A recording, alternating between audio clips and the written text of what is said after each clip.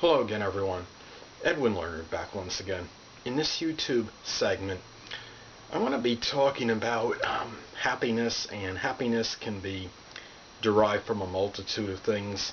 Now, what inspired me to do this video was a post that somebody had, a friend of mine on Facebook had on her wall, and it stated something like, no iPhone, no toys, no television, and it said look at their faces, and it looked like it was a couple of children in a third world country, I believe, and they were in these bags, and they were jumping in them, or I should say they were jumping while they were in the bags, kind of like, I guess, like a three-legged race kind of thing. They had both their legs, and there were two children, and each one had their legs inserted in the bag. So I forget what that's called. I think that's like a three-legged race kind of thing or something.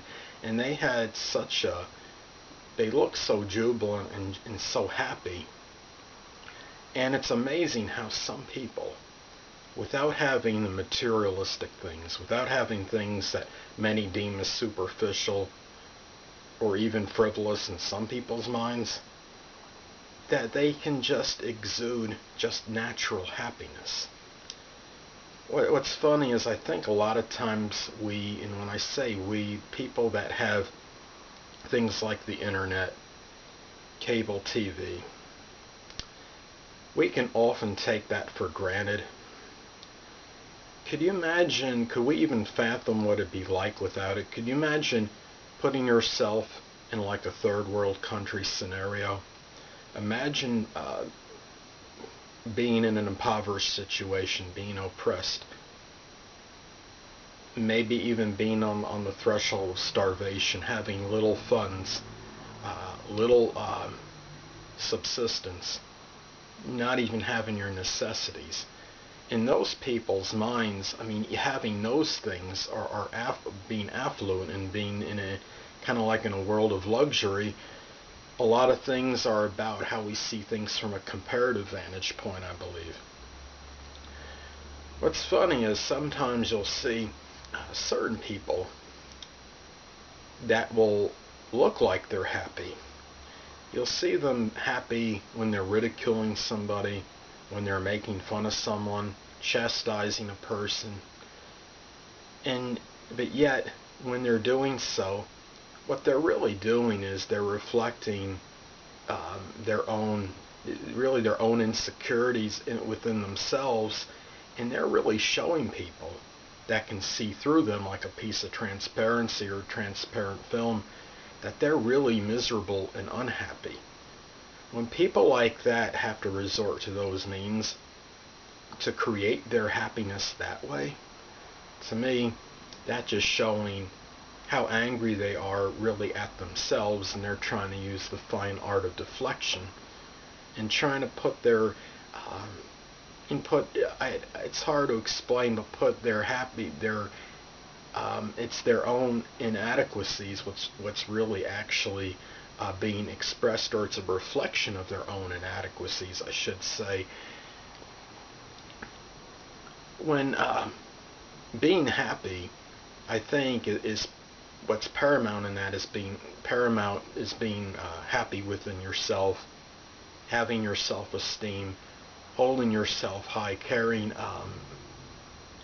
doing things with dignity, with pride, being confident in yourself.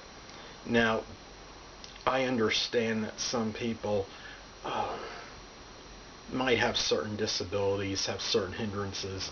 It's not always easy to have that, I guess, that kind of courage where you are going to always hold yourself in great esteem and feel happy all the time. Some people are born more into affluence, others are born into poverty and impoverished situations. I respect and understand that.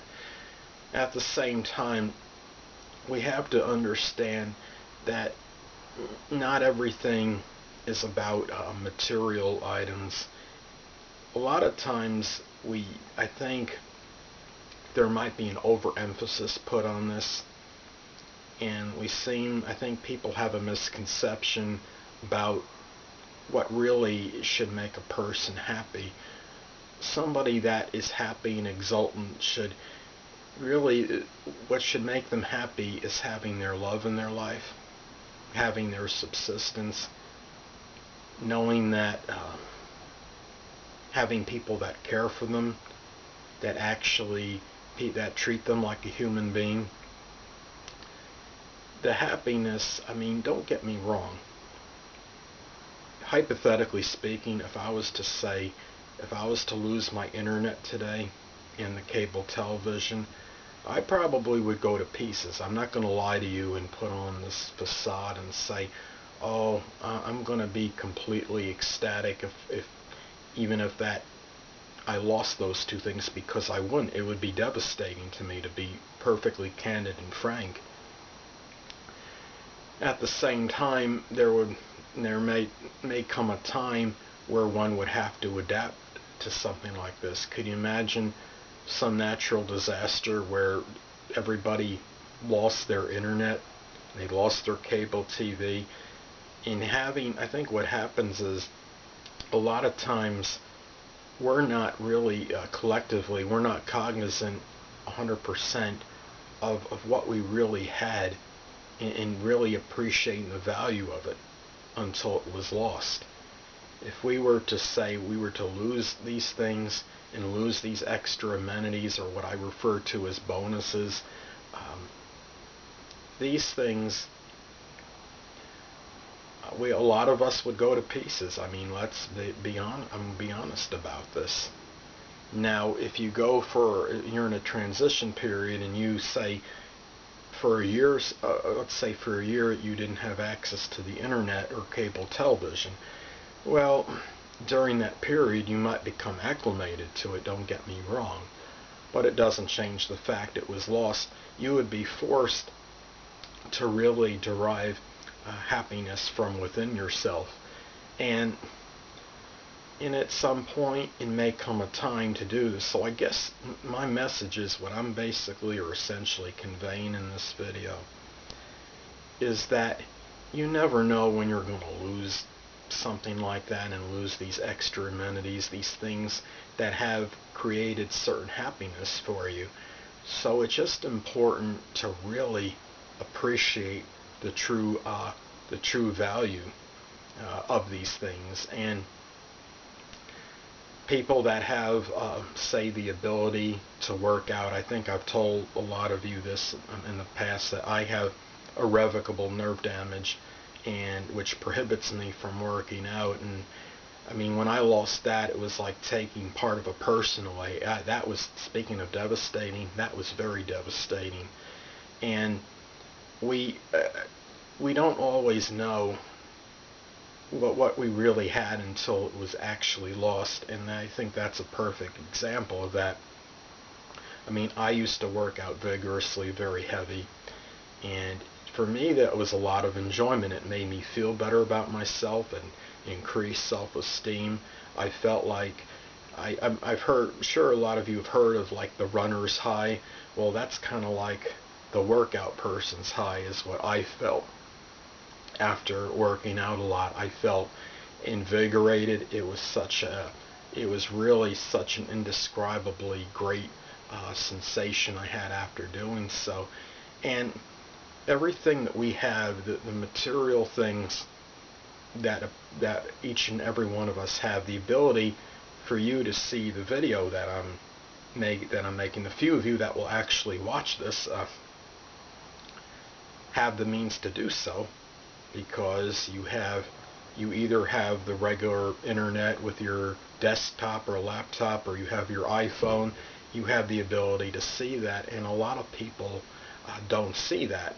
So I think that's something to take strongly into consideration, and we need to really come to an understanding of what really should make one truly happy. And as I stated before, it's derived from within. It has to come from being happy with oneself. I a lot of you know from previous videos, I virtually have no family at this point in time, and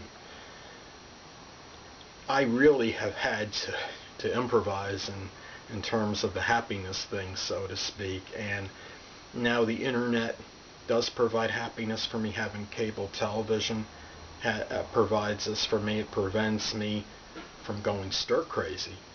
So there is certain happiness in that, but the real happiness comes from our ability to see, to love oneself, I think, and to have that love from other people, and have others embrace us, whether it's literal and or figurative.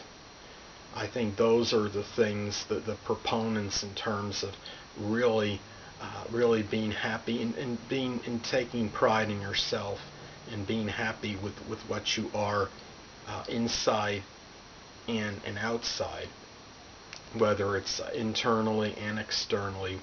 If it's time where you're not happy with yourself or you feel you're out of shape, hey, go start a workout program. Start working out vigorously. Get a trainer.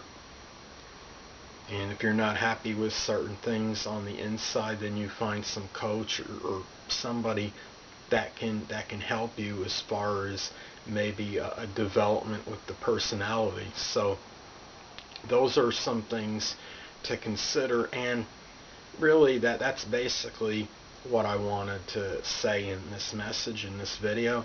And people, this is Edwin Learnard, and until next time, stay well.